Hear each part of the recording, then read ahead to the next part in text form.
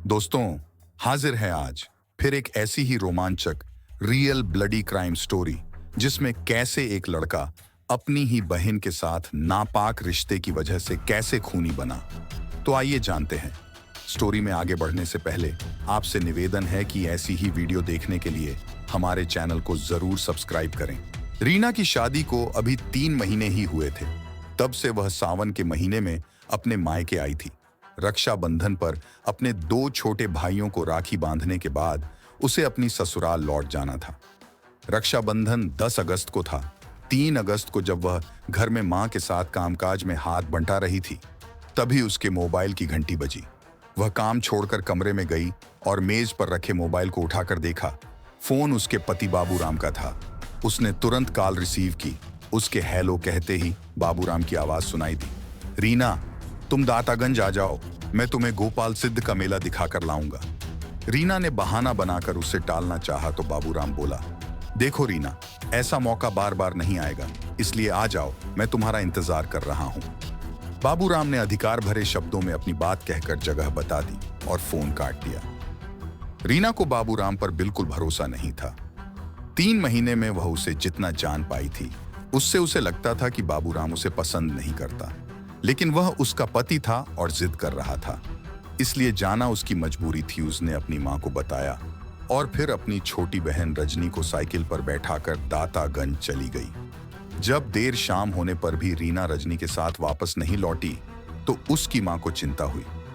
मां ने यह बात अपने पति हरभजन को बताई तो उन्होंने रीना और रजनी की खोजबीन शुरू की। रीना की ससुराल में फोन करके पता किया तो वे दोनों वहां भी नहीं गई थीं। बाबूराम भी घर पर नहीं था। हरभजन का परिवार बदायूं जिले के थाना दातागंज क्षेत्र के गांव केशोपुर में रहता था। उसकी 2 बेटियां थीं और 2 बेटे। जब 2 दिनों तक खोजबीन करने के बाद भी बेटियों का कोई सुराग नहीं मिला तो उसने थाना दातागंज में बाबूराम के विरुद्ध भादंवी की धारा 364 के तहत अपहरण का मुकदमा दर्ज करा दिया। क्योंकि बाबूराम के खिलाफ रिपोर्ट इसीलिए लिखाई क्योंकि उसी ने फोन करके रीना को दातागंज बुलाया था। दातागंज के थाना प्रभारी विपिन कुमार ने बाबूराम के बरेली के थाना कैंट क्षेत्र के गांव भौवापुर स्थित घर पर दबिश दी तो वह घर पर नहीं मिला। इस पर विपिन कुमार ने बाबूराम के मोबाइल नंबर को सर्विलांस पर लगवा दिया। 9 अगस्त को विपिन कुमार को बाबूराम के धौलाघाट पुल पर होने की सूचना मिली तो वह पुलिस टीम के साथ वहां जा पहुंचे। बाबूराम वहां मिल गया। पुलिस उसे गिरफ्तार करके थाने ले आई। थाने में जब उससे पूछताछ की गई तो उसने बताया कि उसने अपनी पत्नी रीना और साली की उनके ही दुपट्टे से गला घोंटकर हत्या कर दी थी और दोनों की लाशें ढक्का गांव में उसके मामा के गन्ने के खेत में पड़ी हैं। ढक्का गांव दातागंज से 40 किलोमीटर की दूरी पर था और जिला बरेली के थाना विशारदगंज क्षेत्र में आता था। थाना प्रभारी विपिन कुमार अपनी टीम के साथ उसे लेकर विशारदगंज गए। वहां से वह स्थानीय पुलिस के साथ ढक्का गांव पहुंचे। बाबूराम के मामा के खेत में खोजबीन की गई तो रीना और रजनी की सड़ी गली लाशें कंकाल नुमा हालत में मिली। पुलिस ने प्राथमिक कार्रवाई करके दोनों लाशों को पोस्टमार्टम के लिए मोर्चरी भेज दिया। इसके बाद दातागंज पुलिस बाबूराम को लेकर थाने आ गई। थाने में पूछताछ के दौरान बाबूराम ने हत्या के पीछे की जो कहानी बताई वह नाजायज रिश्ते को अपनी जिंदगी समझने वाले एक शख्स के खूनी खेल की कहानी थी, जिसमें उसका शिकार बनी उसकी जीवन संगिनी और निर्दोष साली महानगर बरेली के थाना के क्षेत्र के गांव भौवापुर निवासी खंजन लाल किसान का सबसे छोटा बेटा था। बाबूराम पेशे से किसान। हरभजन के पास 7 बीघा जमीन थी। उसी से उसके पूरे परिवार का भरण पोषण होता था। बाबूराम ने इंटर तक पढ़ाई की थी। इसके बाद वह पिता के साथ खेती के काम में हाथ बंटाने लगा था। बाबूराम की ननिहाल बरेली के ढका गांव में थी। उसके मामा की 3 बेटियां थीं, जिनमें मीना सबसे बड़ी थी। 18 साल की मीना का यौवन खूब दमकता था। वह थी भी खूबसूरत। बाबूराम अक्सर अपने मामा के घर आता रहता था। मीना से उसकी खूब पटती थी। दोनों के बीच भाई बहन का रिश्ता था। बचपन से एक दूसरे के साथ खेले थे, इसलिए एक दूसरे से काफी घुले मिले हुए थे।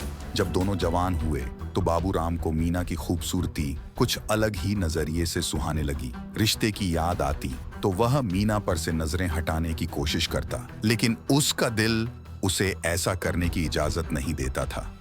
बाबूराम ने बहुत कोशिश की कि वह रिश्ते की मर्यादा बनाए रखे, लेकिन दिल के मामले में उसका वश नहीं चला। वह कोशिश करके हार गया। बाबूराम ने महसूस किया कि वह मीना को चाहने लगा है। उसके दीदार से उसके दिल को सुकून मिलता है और आंखों को ठंडक। मीना जब उसके साथ नहीं होती तो उसे कुछ भी अच्छा नहीं लगता। उसके बिना जीने की कल्पना करना भी बेईमानी है, लेकिन मीना का साथ पाने की उसकी इच्छा तभी पूरी हो सकती थी जब वह भी प्यार का जवाब प्यार से देती। काफी सोच विचार के बाद बाबूराम ने फैसला किया कि वह मीना से अपने दिल की बात जरूर कहेगा। मीना की वजह से बाबूराम अधिकतर अपनी ननिहाल में ही पड़ा रहता था। बराबर उसके संपर्क में रहने के कारण मीना भी उसके आकर्षण में बंध सी गई थी। बाबूराम के साथ रहने पर उसे भी दुनियादारी की सुध नहीं रहती थी। एक दिन मीना अपने कमरे में बैठी हुई थी कि तभी बाबूराम आ गया। वह मन ही मन ठान कर आया था कि मीना से अपने दिल की बात जरूर कहेगा। वह उसके पास बैठते हुए बोला, गीतू, आज मैं तुमसे कुछ कहना चाहता हूं। क्या कहना चाहते हो, बताओ? मीना ने उत्सुकता से पूछा। मुझे डर है कि तुम मेरी बात सुनकर नाराज ना हो जाओ। पता तो चले ऐसी क्या बात है जिसे कहने से तुम इतना डर रहे हो? गीतू, मैं तुमसे प्यार करने लगा हूं। क्या तुम मेरे प्यार को स्वीकार करोगी? बाबूराम ने मीना का हाथ अपने हाथ में लेकर एक ही झटके में बोल दिया। क्या? सुनकर मीना चौंक पड़ी। उसे एकाएक अपने कानों पर भरोसा नहीं हुआ। हाँ गीतू, मैं तुमसे प्यार करने लगा हूं और तुमसे शादी करना चाहता हूं। ये कैसी बातें कर रहे हो? तुम अच्छी तरह जानते हो हमारे बीच भाई बहन का रिश्ता है। गीतू, मैंने कभी भी तुम्हें बहन की नजर से नहीं देखा। मुझे अपने प्यार की भीख दे दो, मैं तुम्हारे लिए पूरी दुनिया से लड़ जाऊंगा। हम समाज की नजर में भाई बहन हैं। जब लोगों को पता चलेगा तो वे हमें कभी एक नहीं होने देंगे। तुम किस किस से लड़ोगे? मुझे किसी की फिक्र नहीं है, बस तुम एक बार हाँ कह दो। ठीक है, तुम इतना कह रहे हो तो मैं इस बारे में सोचने के बाद जवाब दूंगी। मीना ने उसे टालने के लिए कहा। ठीक है, कल सुबह मुझे बरेली जाना है। शाम तक लौट आऊंगा। तब तक तुम सोच लेना और मुझे अपना जवाब बता देना। कोशिश करना तुम्हारा जवाब मेरे हक में हो। कहकर बाबूराम कमरे से बाहर चला गया।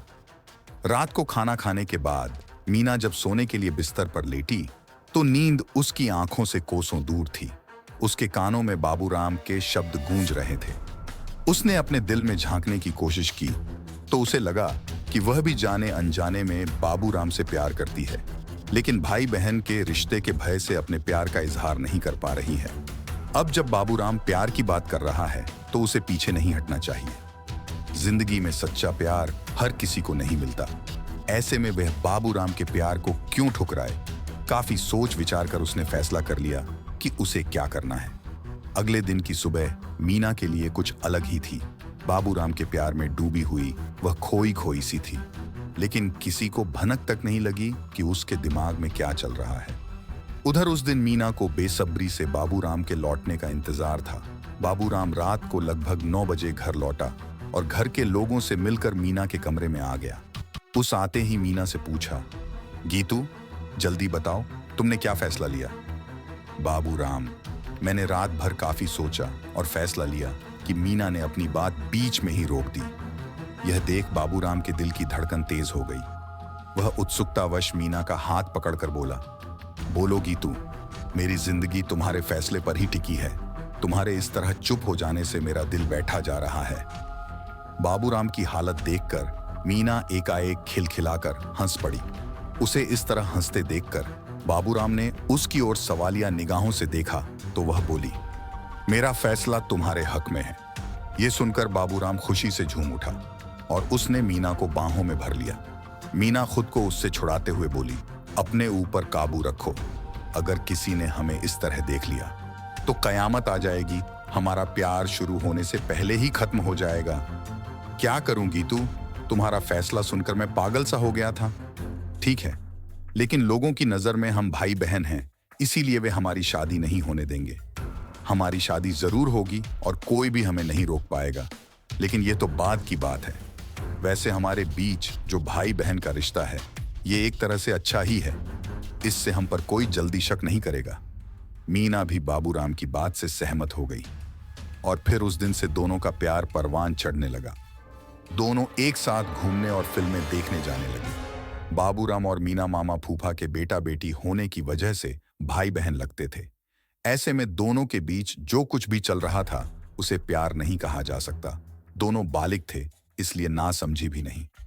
बहरहाल उनके बीच पक रही खिचड़ी की खुशबू बाहर पहुंची तो लोग तरह तरह की बातें करने लगे। धीरे धीरे यह खबर दोनों के घर वालों तक पहुंच गई। सच्चाई का पता लगते ही दोनों घरों में कोहराम मच गया। परिवार के लोगों ने एक साथ बैठकर दोनों को समझाया, रिश्ते की दुहाई दी, लेकिन उन दोनों पर कोई असर नहीं हुआ।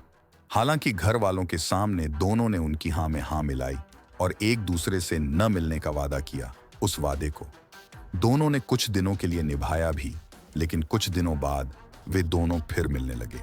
ऐसे में बाबूराम के पिता ने उसकी शादी करा देने का निर्णय लिया। शादी भी ऐसी कि छठ मंगनी पट ब्याह भुआपुर गांव के ही एक परिचित ने उन्हें बदायूं जिले के गांव केशवपुर निवासी हरभजन की बेटी रीना के बारे में बताया। यह बताने वाला परिचित हरभजन का एक रिश्तेदार था। रीना को घर में पूनम के नाम से बुलाते थे। वह दातागंज के चिरौंजी लाल इंटर कॉलेज में इंटर की छात्रा थी। रीना बहुत ही सरल व शांत स्वभाव की युवती थी। वह बालिग हो चुकी थी, इसलिए उसके पिता को उसके विवाह की चिंता सताने लगी थी। जब रीना के लिए बाबूराम का रिश्ता आया तो वह मना नहीं कर सका। उसके बाद सब कुछ इतना जल्दी तय हुआ कि उसे इतना वक्त नहीं मिला कि बाबूराम और उसके परिजनों के बारे में कुछ पता लगा सके। बाबूराम के घर वाले तो कुछ जानना ही नहीं चाहते थे। वह तो जल्द से जल्द उसकी शादी करके उसे बंधन में बांधना चाहते थे, जिससे वह मीना से सारे रिश्ते तोड़ दे। रिश्ता तय होने के बाद इसी साल 16 मई को दोनों का विवाह हो गया। रीना मायके से विदा होकर अपनी ससुराल आ गई, लेकिन बाबूराम ने उसमें कोई रुचि नहीं दिखाई। बाबूराम पर तो मीना की दीवानगी छाई हुई थी। वह किसी हाल में उससे अलग होना नहीं चाहता था। वह अपनी शादी होने से तो नहीं रोक पाया, लेकिन शादी के बावजूद वह रीना को अपनी जीवन संगिनी नहीं बनाना चाहता था। इसीलिए वह उसके साथ बेरुखी से पेश आने लगा। वह बात बात पर उस पर चिल्ला पड़ता, उससे उलटा सीधा बोलता, उसकी हरकतों से रीना समझ गई कि वह उसे पसंद नहीं करता। जरूर उसने किसी मजबूरी के तहत उसने विवाह किया है। दूसरी ओर बाबूराम मीना से मिला तो उसने नाराजगी जताई और याद दिलाया कि उसने हमेशा उसी का रहने का वादा किया था। कोई भी उनके बीच नहीं आएगा। वह अपने वादे को कैसे भूल गया? इस पर बाबूराम ने उससे कहा कि वह अपने वादे को नहीं भूला है। उसके अलावा वह किसी और को अपनी जिंदगी नहीं बना सकता। लेकिन जब मीना ने रीना को अपने रास्ते का रोधा बताया तो बाबूराम ने उसने कहा कि वह इस रोड़े को हमेशा के लिए अपने रास्ते से हटा देगा। इसके बाद बाबूराम ने रीना की हत्या की साजिश रचनी शुरू कर दी। सावन में जब रीना अपने मायके आई तो बाबूराम ने अपनी साजिश को अंजाम देने का फैसला कर लिया। इसके लिए उसने अपनी प्रेमिका के ही गांव और उसके पिता के खेत को ही रीना का मृत्यु स्थल चुना। 3 अगस्त को बाबूराम ने रीना को फोन करके कहा कि वह दातागंज आ जाए। वह उसको गोपाल सिद्ध का मेला दिखाने के लिए साथ ले जाएगा। रीना ने आनाकानी की, लेकिन बाबूराम नहीं माना। रीना को उस पर भरोसा पहले से ही नहीं था, इसलिए उसने अपनी बहन रजनी को साथ लिया और उसे साइकिल पर बैठाकर दातागंज पहुंच गई। वहां पहले से तय जगह पर बाबूराम उसे इंतजार करता मिला। वह दहेज में मिली बाइक से आया था। रीना की साइकिल एक जगह खड़ी करवाकर बाबूराम दोनों बहनों को बाइक पर बैठाकर मेला दिखाने ले गया। जब शाम होने लगी तो वह उन दोनों को बाइक पर साथ लेकर दातागंज से 40 किलोमीटर दूर ढक्का गांव की ओर चल दिया। रीना ने पूछा तो उसने कहा कि उसे जरा मामा से काम है, इस बहाने वह मामा व अन्य घर वालों से मिल लेगी। उसके इस जवाब से रीना चुप हो गई। बाबूराम ने अपने मामा के गन्ने के खेत पर जाकर बाइक रोकी और रीना को खेत दिखाने के बहाने साथ लेकर खेत के अंदर चला गया। रीना उस वक्त सलवार कुर्ता पहने थी। उसने अपना दुपट्टा गले में लटका रखा था। खेत के अंदर जाकर बाबूराम ने उसी दुपट्टे से गला घोंटकर उसकी हत्या कर दी। वह चीख भी न सकी। इसके बाद वह खेत से निकलकर बाहर आया और रजनी से कहा कि उसकी बहन अंदर गिर गई है और उसके पैर में काफी चोट आई है। यह सुनकर रजनी उसके साथ खेत के अंदर चली गई। अंदर पहुंचते ही बाबूराम ने पीछे से उसी के दुपट्टे से गला घोंटकर उसकी भी हत्या कर दी। रजनी की हत्या करना बाबूराम की मजबूरी थी, क्योंकि अगर वह उसे नहीं मारता तो वह सब कुछ अपने घर वालों को बता देती। इस तरह रजनी बहन के साथ बेवजह मारी गई। दोनों बहनों की लाशों को वहीं पड़ा छोड़कर बाबूराम अपने मामा के घर आ गया। वहां उसने मीना को रीना और रजनी की हत्या कर देने की बात बता दी। देर रात वह मामा के घर से निकलकर अपने घर पहुंचा। वहां उसे पता चला कि उसके ससुर हरभजन को पता है कि रीना और रजनी उसके साथ गई थी और वह उनके और उसके बारे में पूछ रहे थे। यह सुनकर बाबूराम को अपने पकड़े जाने का भय सताने लगा तो वह घर से फरार हो गया, लेकिन बाबूराम के गुनाह ने उसका पीछा नहीं छोड़ा और अंततः वह पुलिस की गिरफ्त में आ ही गया। थाना प्रभारी विपिन कुमार ने इस केस में भादमवी की धारा 302-201 और बढ़ा दी। प्राथमिक कानूनी कार्रवाई पूरी करके पुलिस ने बाबूराम को सीजेएम की अदालत में पेश किया, जहां से उसे जेल भेज दिया गया।